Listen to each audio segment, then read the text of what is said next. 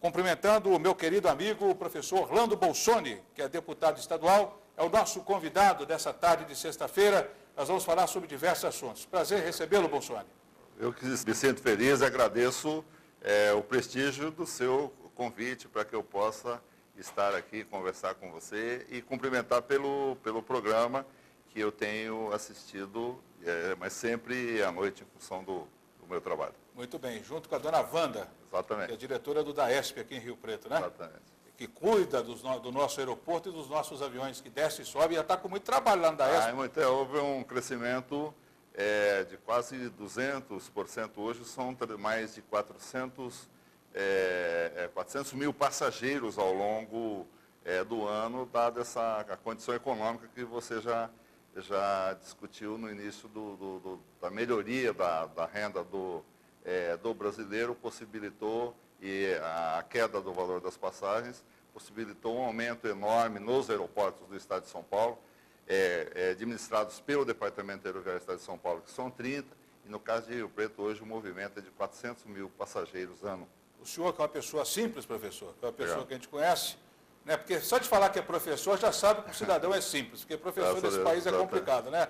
Verdade. Sabe disso. Professor, o senhor jamais conseguiria morar ao lado do aeroporto quando o senhor morava antigamente, porque onde era a sua casa, hoje deveria ser ali uma pista de taxi, onde os aviões estão estacionados ou taxiando, né? E com a quantidade de aviões que desce e sobe, hoje ficaria quase que impossível viver ali ao lado. Mas vamos falar sobre outros assuntos daqui a pouco. Deputado Orlando, aquela lei aí que o governador Geraldo Alckmin sancionou a respeito dos parques, né? No Rio de Janeiro, em outras cidades, sempre tem alguém despencando de cima de alguma coisa aí, porque o cara fica lá a não sei quantos metros de altura numa montanha-russa. Própria São Paulo, aquele parque famoso na Marginal Tietê, já teve problemas. Quer dizer, essa lei eu acho ela muito importante, porque tem que ter essa vistoria e tem que ter um laudo sempre atualizado, né, deputado?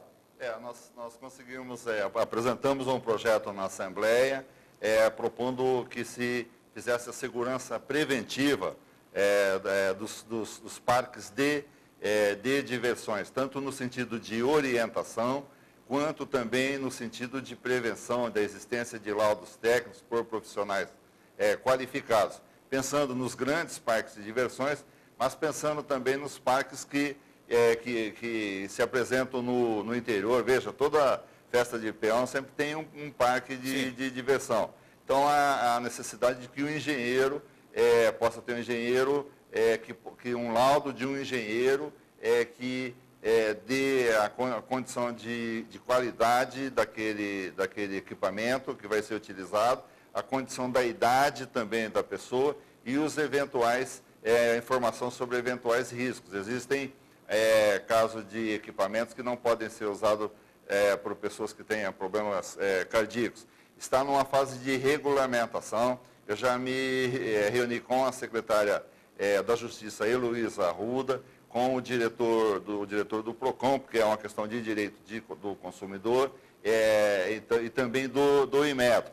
E o governador já está elaborando um decreto onde vai poder, de forma pioneira, uma lei pioneira, a nível de um Estado, adotar a prevenção, visto que hoje existem só normas da ABNT, que são normas no sentido que só orientam. Aí uma lei que foi aprovada, sancionada por unanimidade na Assembleia Legislativa e sancionada pelo governador Geraldo Alckmin, está no processo já do decreto que deve ocorrer até o mês de fevereiro, regulamentando todas as exigências e dando os poderes, inclusive, às próprias prefeituras quanto à fiscalização. Está pegando jeito, hein, deputado? Está conseguindo até a unanimidade lá, hein?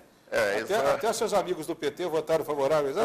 Eu vi a votação, foi uma votação total. Tá bom. Daqui a pouco, deputado, eu queria falar a respeito daquele problema do crack lá da Cracolândia em São Paulo. Sim. O senhor fez um estudo com a frente parlamentar para enfrentar o crack. Ontem teve aqui o delegado, o doutor Fernando Tede, que é da DIS, e ele disse que não sabe, não disse que não sabe mais o que fazer, que ele sabe. Mas que a coisa está chegando num ponto que as pessoas virou um inferno esse negócio de drogas aí, né? Isso ontem eu tive, como sempre, a oportunidade de assistir o seu programa e atenta, dadas as perguntas inteligentes suas e a participação do doutor Fernando. Então, é um tema que, na realidade, ele surgiu quase que de surpresa. A sociedade brasileira não estava preparada para poder, para enfrentar um problema dessa magnitude. Se constituiu uma frente parlamentar na Assembleia Legislativa, são 29 membros de todos os partidos. Essa frente é coordenada pelo deputado Donizete Braga. Eu faço parte dessa frente. Eu coordenei a pesquisa da região noroeste paulista, em perto de 100 cidades, que se constatou que o crack hoje está presente em praticamente todos os municípios do estado de São Paulo. Todos? Praticamente todos. Quer dizer que até a pequenininha ali, Tupi Paulista... Mesmo, nos surpreendeu que sempre foi relatado casos em cidades minúsculas, onde já tem um ou outro caso. Daí, então, as preocupações do Dr. Fernando elas são oportunas. E dado essa ação, foi a primeira ação, aí visitamos a Cracolândia, fizemos contatos com o ministro da Saúde, com o governador Geraldo Alckmin, com o nosso secretário da Saúde, com o nosso secretário da Segurança, por duas situações, porque talvez o problema mais complexo do país hoje é a questão de drogas e a questão, em especial, do crack.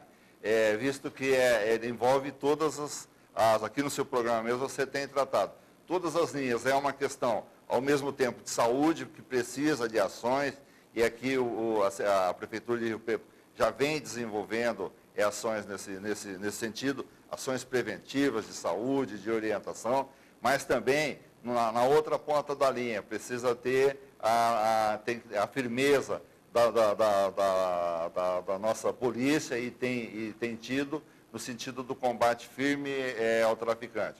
Uma questão de saúde, de um lado, de apoio à pessoa que eventualmente se tornou dependente químico, mas também o combate firme ao tráfico. E nesse meio passa por situações, desde a questão da educação, é uma questão que envolve também dessa reunião com a secretária Luísa Arruda, tratávamos disso, secretária da Justiça, a questão de justiça, e envolve o que vai exigir, o que eu acho que é a maior das qualidades humanas, que é a questão da humildade de todos os governos, ou seja, governo federal, governo estadual, governo municipal, sociedade, entender que é um problema, a imprensa em especial, e você faz um trabalho, já dado a tua própria experiência aqui no nosso Canal 30, no sentido de orientar, então, a sociedade trabalhar a questão do crack, a questão das drogas, como um problema de toda a sociedade. Só com essa integração que vamos ter os resultados. Obrigado, então, professor.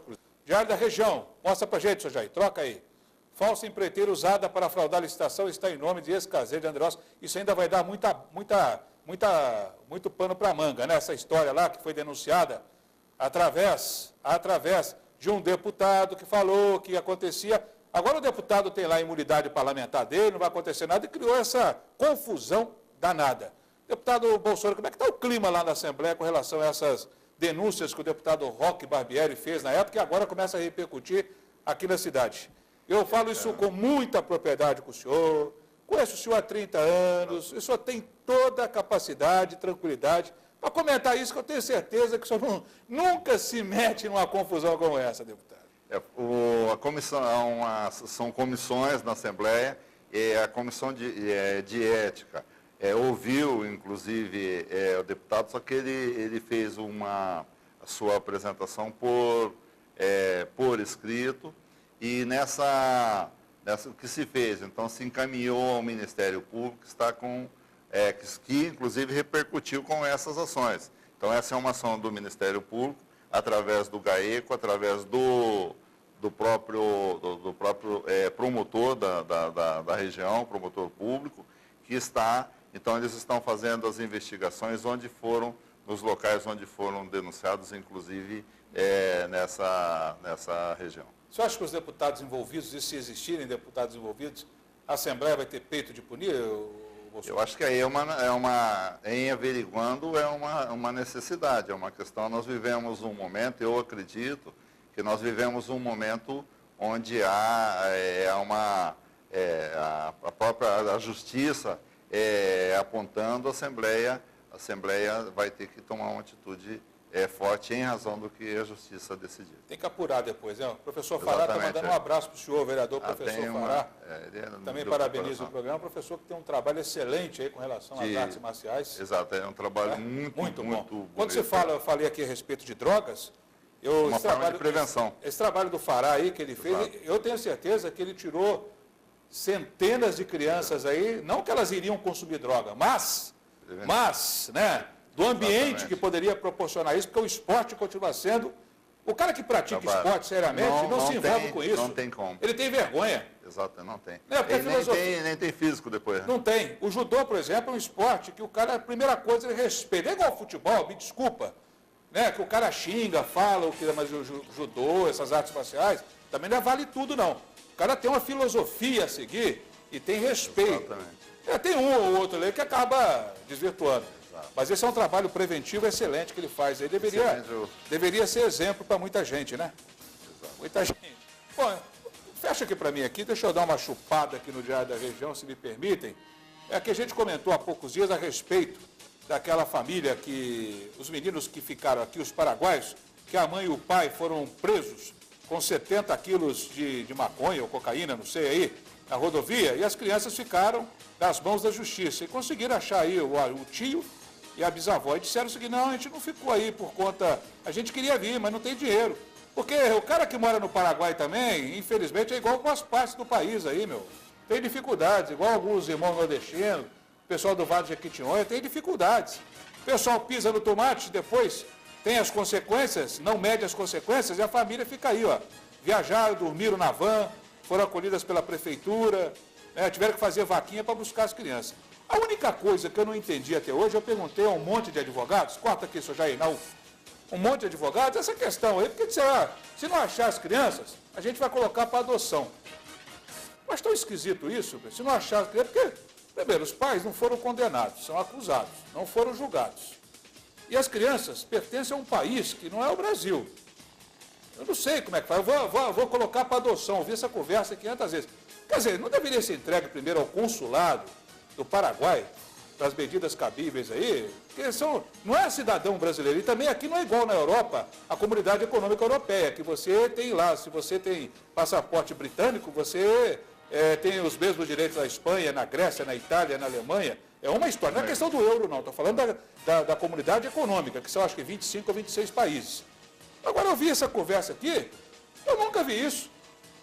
Se não achar, nós vamos pôr para adoção. Olha, esquisita essa história, muito esquisita. Eu perguntei para advogados aí, e a maioria achava o seguinte: olha, isso aí deveria, primeiro, já que se trata de crianças estrangeiras, deveriam ser entregues ao consulado do Paraguai em São Paulo ou à embaixada do Paraguai em Brasília. Aí eles tomam providências, repatriar.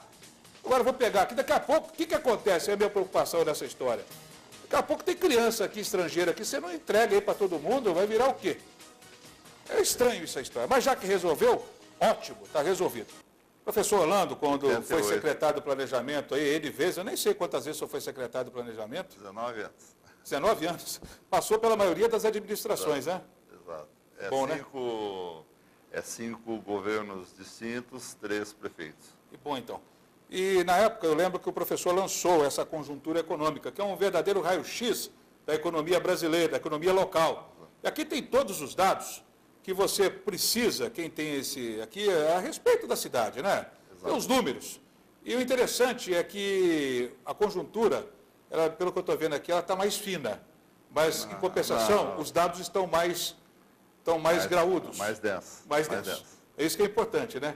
Não é a quantidade de papel, mas a quantidade de números aqui que expressam... Aperfeiçoando. Esse é o documento mais consultado de Rio Preto, e nenhuma outra cidade, eu na Assembleia tive oportunidade, inclusive disponibilizei, eu já fazia essa divulgação anteriormente, mas nenhuma outra cidade no Brasil produz um material tão completo, isento, tal qual a Secretaria de Planejamento da Prefeitura de Rio Preto E é bem bonito, hein? Produz. Ficou bonito com esse papel aqui, rapaz. Olha aqui, um papel tipo ecológico. Exato, ele é papel reciclado. E tem aqui os dados. Isso aqui está na internet também, professor? Na internet, inclusive, ainda na época que eu era secretário, nós colocamos todas as 25 edições, agora 26, estão na internet, então dá uma comparação. E você é de lembrar que em 1988, você, então, um jovem repórter, o jovem repórter fez a apresentação da conjuntura. Inclusive, eu não tenho todas, mas algumas ainda eu devo ter guardada lá. Mas na internet hoje tem as 26. Se comparar, tem dados que realmente dá para ver a diferença. Fascinante. Veja a própria população. Veja que dessa época até hoje praticamente dobramos a nossa população. E aquela época, professor, nós fizemos uma reportagem, eu tenho arquivada lá, na época da Globo. Sim. A gente falava sobre... Uma reportagem que nós temos lá sobre... ai, meu Deus, agora está fugindo, estou ficando meio velho. Você falou que era jovem. A gente falava a respeito da formalização do trabalho da cidade. Exato, e a gente vê hoje que aquilo tudo que nós conversamos há 30 anos ou 25 anos, a presidenta Dilma agora conseguiu fazer, né? Exato. Quer colocar um salário mínimo para o cidadão, não sei mais o que, ele pode contratar um empregado, formalizar... Não fomos mãe de nada. Exato. Bom senso, né? Mas o bom senso, essas ações, é interessante, até um professor da Faculdade de Medicina de Rio Preto, o professor Moacir Godoy, ele estuda a teoria do caos, é um conceito interessante. Da soma de pequenas ações, eles usam o termo assim, que o balançar das asas de uma borboleta de outro do lado do mundo, uma hora vai chegar a consequência aqui. Então, a soma dessas ações, veja a questão que nós falamos um pouco do crack também. A Assembleia de São Paulo começou hoje, virou um tema nacional. E aquela época, 88, falávamos também da organização espacial da cidade, da importância. Veja, hoje nós temos 14 mini-distritos industriais, 13 distritos maiores. Se não tivesse feito essa espacialização, hoje a cidade estaria numa situação, não teria tido esse desenvolvimento que teve. De jeito nenhum. E falando sobre o Parque Tecnológico, passa as imagens aí, lá do nosso simpático IPA, essa área na época, eu não lembro qual foi o governador, sim, se foi o Alckmin mesmo, ou se foi, na época, o José Serra, sim, que acabou fazendo uma desapropriação desse regime semiaberto, dessa prisão ali atrás do Tarraf 2, e ali pensava-se em criar um centro tecnológico, exato, através da Unesp, é da Unesp mesmo, exato, né? Das 3 faculdades, Unesp, é um programa complexo. Todas as faculdades de Rio Preto participam do programa, mas a época, então a Unesp, a FAMEP e a FATEC hoje. Tá, esses prédios, pelo visto, eles serão demolidos, né? Serão demolidos, vai ser mantido o prédio central, visto que o prédio central era para ter sido, na década, mais precisamente, em 1959... Tá bom, Jair, pode tirar. Era para ter sido o prédio central do antigo IPA, era uma faculdade de ciências agrárias. Ali era Veja que interessante, era a IPA, era a Escola de Profissionalização Agrícola. E o governador Jânio Quadros entrou, optou por transformar em presídio. Tinha que ser, né? Ficou o IPA. Tinha que ser. Então veja, esse que prédio, maravilha, hein? Veja a história. Gozado que o outro governador que pegou a cadeia de Rio Preto e transformou na FATEC. Não, e veja, mas lá também vai ser uma FATEC agora. Então, mas olha como é que é a mentalidade do cara. O cara me tira uma escola para fazer um presídio. Eu vou dizer uma coisa, né? Porque eu vou prender o senhor. O senhor tá... Ele é desse. Eu conheço motoristas de São Paulo, da Associação de Aposentados do Ribeiro, lá que é meu amigo, lá no Carandiru. O motorista fala assim, uma vez eu passei com o carro assim, 1 centímetro da faixa, ele parou na minha frente, fechou com o carro da prefeitura e falou, o senhor está preso e vai ser demitido. Então, um cara desse jeito tinha que fazer isso mesmo. E agora vai ser transformado de novo em escola. Exatamente. Agora vai ser a unidade da FATEC, já trabalhando no sentido de colocar recursos orçamentários, então vai ser uma segunda FATEC em Rio Preto, cursos voltados em especial para a área de agronegócios, voltados também, porque exatamente do lado do parque tecnológico. A Faculdade de Medicina deve levar sua unidade de pós-graduação, no qual a Prefeitura, então o prefeito Valdomiro Lopes vai destinar parte do Parque Tecnológico para a Faculdade de Medicina, que a área do Parque Tecnológico em si já é da Prefeitura, a Prefeitura, num acordo, vai destinar uma parte para a Faculdade de Medicina, onde a Faculdade de Medicina vai poder instalar os seus cursos de pós-graduação. Isso que Rio Preto tem pesquisas brilhantes em todas as áreas. Nós levantamos entre a Faculdade de Medicina, a UIBILSE, à época eu coordenei o estudo para justificar tecnicamente a implantação do Parque Tecnológico, a nossa querida Unesp, eu sou ex-aluno de lá e fui professor convidado também, e a FATEC, nós temos mais de 300 pesquisas na cidade, pesquisas de ponta, desde, por exemplo, pesquisas com célula-tronco, pesquisas, por exemplo, hoje na cidade se produz marca-passo cerebral, veja, uma cirurgia, um equipamento produzido lá no Distrito Industrial Ulisses Guimarães por uma das empresas, onde se identifica, por exemplo, um coágulo no cérebro da pessoa e possibilita uma cirurgia menos invasiva através de É uma tecnologia daqui. Tecnologia então, desenvolvida o senhor conseguiu 7 milhões e 200 mil reais. São 7 milhões e 200 mil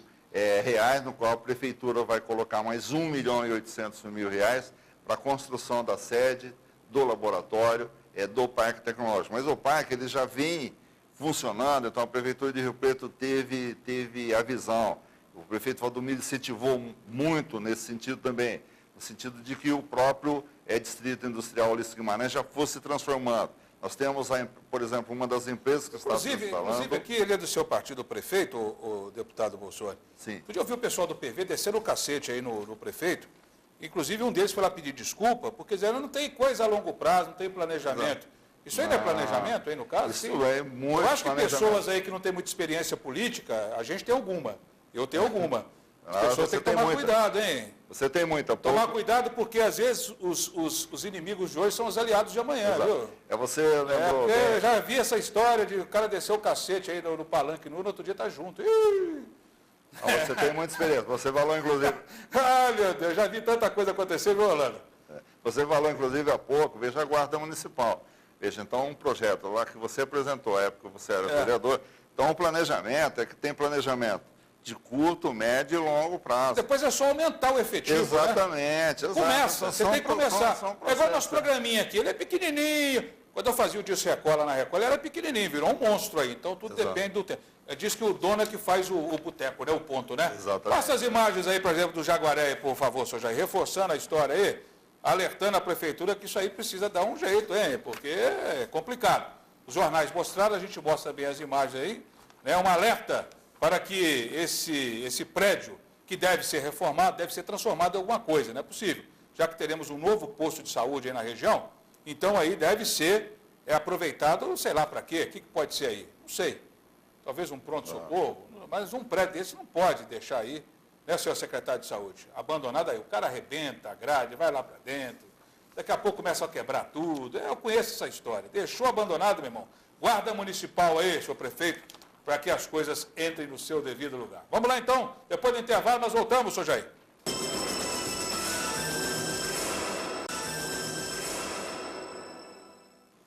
Muito bem, ao lado aqui do meu querido amigo, o professor Orlando Bolsoni, deputado. O deputado também foi candidato a prefeito, né? Há 2 anos, né, deputado? 4 anos. 3 anos. 2008. Estou ficando ruim de memória, hein? 2008. Teve uma boa votação também, né? Lançou. Não tinha experiência política partidária e quando entrou, já chegou aí detonando. Por quê? O professor Orlando Bolsoni, ele representa uma nova geração, como outros políticos que existem aqui na cidade. Existem os ruins também, existem aqueles que são péssimos também. Ele representa aquela nova geração. E as pessoas querem uma nova geração de políticos aí. E a gente pode citar nos dedos aí várias pessoas que são realmente, né? Eu não vou citar nem os nomes, porque depois falando, você não citou meu nome, mas a gente vê hoje uma renovação muito boa, inclusive de candidatos que surgem aí para a prefeitura, isso é muito importante, na vereança. É uma nova geração, ele faz parte dessa geração. Ok. O Brasil, os brasileiros deixaram 21 bilhões de dólares no exterior em 2011, o último levantamento. É muito dinheiro, 21 bilhões de dólares. Só para se pensar o que é isso, toda a exportação brasileira de suco de laranja representa cerca de 2 bilhões de dólares. 10 vezes. 10 vezes a toda a produção do suco de laranja. E parece que a produção de carne também chega mais ou menos às taxas de 1,5 bilhão de dólares, né? Quer dizer, são os commodities aí que acabam produzindo um número imenso de exportações. É muito dinheiro que poderia ter ficado aqui, pelo menos uma parte, né, Bolsonaro? Professor Bolsonaro agora não é o deputado, que eu quero falar agora com o professor de economia. Uma parte desse dinheiro poderia ter ficado aqui, né, Bolsonaro? Essa questão do turismo, acho que é se ter um cuidado, inclusive o próprio governador Alckmin e o secretário Márcio França do Turismo está procurando desenvolver um trabalho para se conhecer mais o Estado de São Paulo.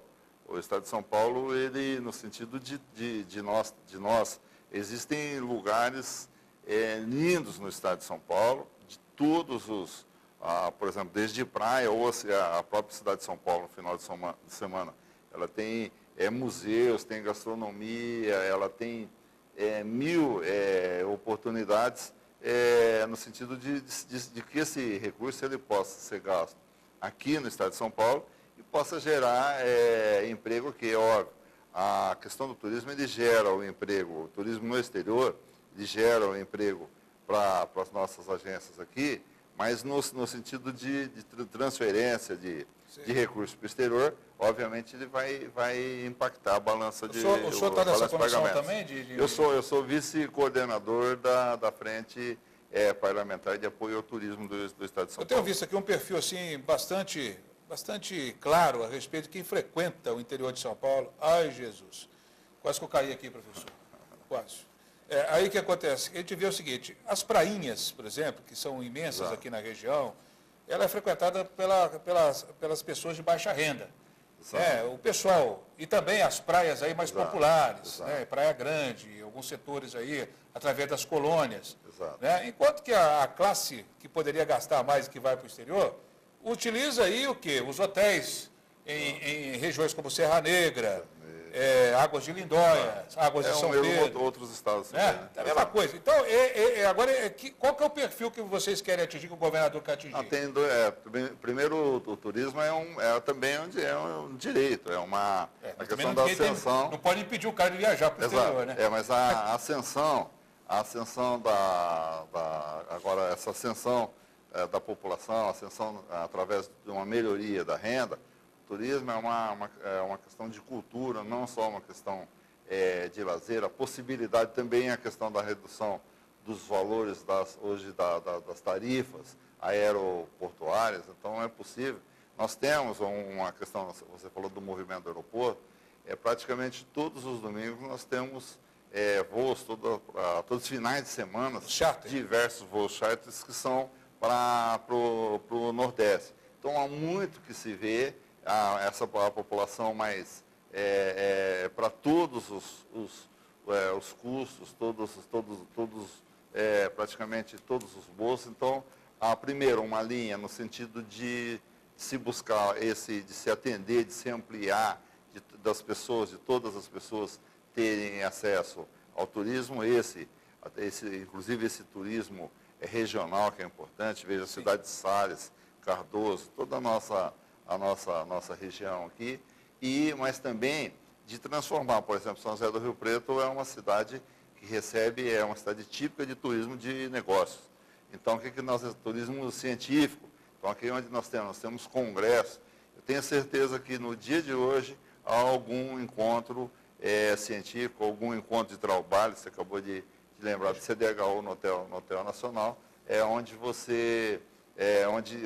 pessoas estão afluindo. Porque toda vez que a pessoa se desloca, ou que a pessoa precisa, de alguma acomodação, está ocorrendo turismo. Então, o que é a estratégia do secretário Márcio França e do governador Alckmin é do turismo também ser tratado como instrumento de desenvolvimento. O Márcio França, que é o presidente do seu partido, ele é secretário de quê? Secretário de Turismo. Foi criado. Não, veja, aí a tua... Eu não sabia, senhor me desculpa. Mas é porque é uma pasta nova. Bom, por isso. Eu leio tudo, essa eu não tinha lido. Professor, vamos falar um pouco da economia globalizada aí. Ótimo. A gente está vendo a situação aí, a Itália está afundando, até o navio dela já afundou junto aí, né? É impressionante, quando vem o urubu, passa, ele joga tudo por cima. Vimos a Grécia ir para o espaço, a Portugal foi a primeira. Eu conheci lá em São Paulo um economista e matemático ele dizia há 2 anos, primeiro vai Portugal, depois vai a Grécia, depois a Espanha, depois a Itália, depois a França, depois a Inglaterra, que vai sobrar ali, vão ser poucos países, Holanda, fez toda a previsão. Hoje em dia não precisa colocar bola de cristal para você poder imaginar o que vai acontecer, não, né? A gente vê, por exemplo, que teve essa questão aí da confusão entre o Brasil e a Argentina, que não pode importar isso, não pode, já começou a bloquear aqui embaixo. Exato. A gente já vê previsão aí de crise econômica no Brasil, já para 2013, com um PIB zero que foi no último quadritrimestre. Na sua visão, esses fatos que estão acontecendo aí, a gente pode prever que em pouco tempo teremos aí um abalo na nossa economia?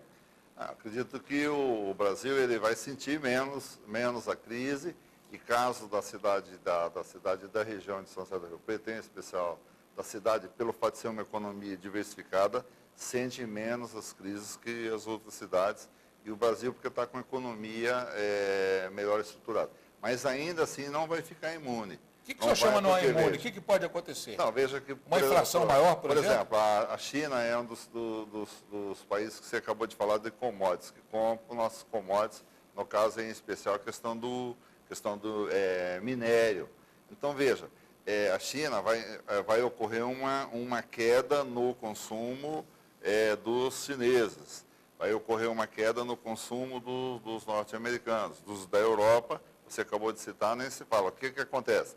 Há também uma queda automaticamente na venda nossa para o exterior desses produtos. Entendi.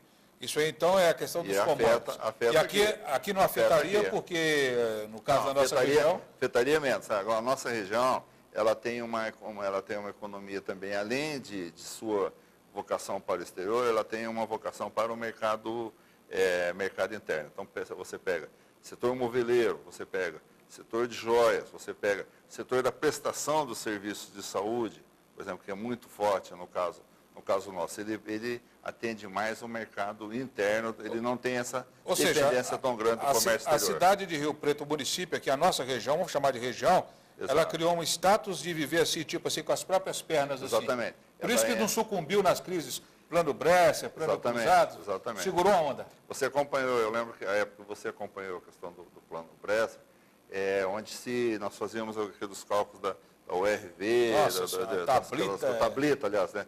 Não URV, Tablita, essas. Então, veja, aí a economia de Rio Preto ela foi sendo desenhada a partir da década de 80, através, por exemplo, dos mini-distritos industriais. Então, eles não têm só o aspecto urbano, ou o aspecto de fornecer o trabalho para diretamente só para aquelas pessoas. Organiza a sociedade e você deixa de depender, por exemplo, de uma grande empresa. Pouca gente lembra que você... Não lembrava do nosso querido secretário Márcio França, mas você se lembra que a Firestone já teve uma indústria aqui em Rio Preto, e que foi Bridgestone, que cujo capital... exatamente. O que aconteceu? Deixou de estrategicamente ter importância para então Firestone, para Bridgestone, a nível mundial, a unidade de Rio Preto, se fechou, nós não sentimos o seu impacto. Veja que nós já tivemos, no caso, a multinacional, a Shoei Bataki. Então, por quê? Porque a economia ela está extremamente diversificada, muitas micro e pequenas empresas, e ela não depende também de um só setor. Ou seja, isso que é importante. Agora, interessante, aqui nós temos só 2 minutos, para a gente acabar de comentar, que naquela época, o senhor falava assim, olha, a Itália é um exemplo, porque as pequenas empresas se transformaram em grandes negócios. Um grande exemplo foi a Benetton, né, que é uma indústria de uma grife famosa. Eu nem sei se existe mais, mas ela era uma grife famosa aí, que começou numa casinha lá na Itália e virou uma multinacional. Exato. Quer dizer, agora eu não entendo como é que tantas empresas familiares igual tem deixou a Itália numa situação como essa. É a questão de gestão pública. Aí foi a questão de gastar mais. Questão de gastar mais. Aí a gestão, não foi o problema privado lá das empresas. Não. Veja que o caso ficou emblemático o governo Berlusconi, veja que ele foi substituído por hoje a equipe italiana é uma equipe só de técnicos, lá é parlamentarismo, e uma das exigências, uma das exigências do então, nunca exerceu cargo político anteriormente, o Mário Monti, então uma das exigências é a garantia de 2 anos de permanência dessa equipe para poder reestruturar o eu setor lembro, público. direitinho na época lá que o Jô Soares imitava o doutor Sardinha, que era um personagem, que era o ministro Delfim Neto, que na época foi Exato. colocado como ministro da Agricultura. Exato. Aí ele pegava assim, o Jô Soares pegava assim, isso aqui é uma melancia? Não, é um melão? O que é isso? Né? Ah, isso aqui é pipi? Não, ministro, esse aí é um nabo, doutor Sardinha. Então o negócio de colocar político para cuidar de determinadas coisas, se não for técnico, tem que se não tem ter jeito. certos cuidados. Bom, fechando aqui, ontem uma boa notícia é que os Estados Unidos agora estão facilitando a entrada de brasileiros e até chineses, né? Vão pedir menos burocracia nos vistos para quem quiser viajar para os Estados Unidos. Não é porque o Obama é bonzinho e veio aqui, não, é porque esses 21 bilhões de dólares, ele ficou de olho neles. Os outros 30, 40 bilhões de dólares dos chineses também, que viajam muito.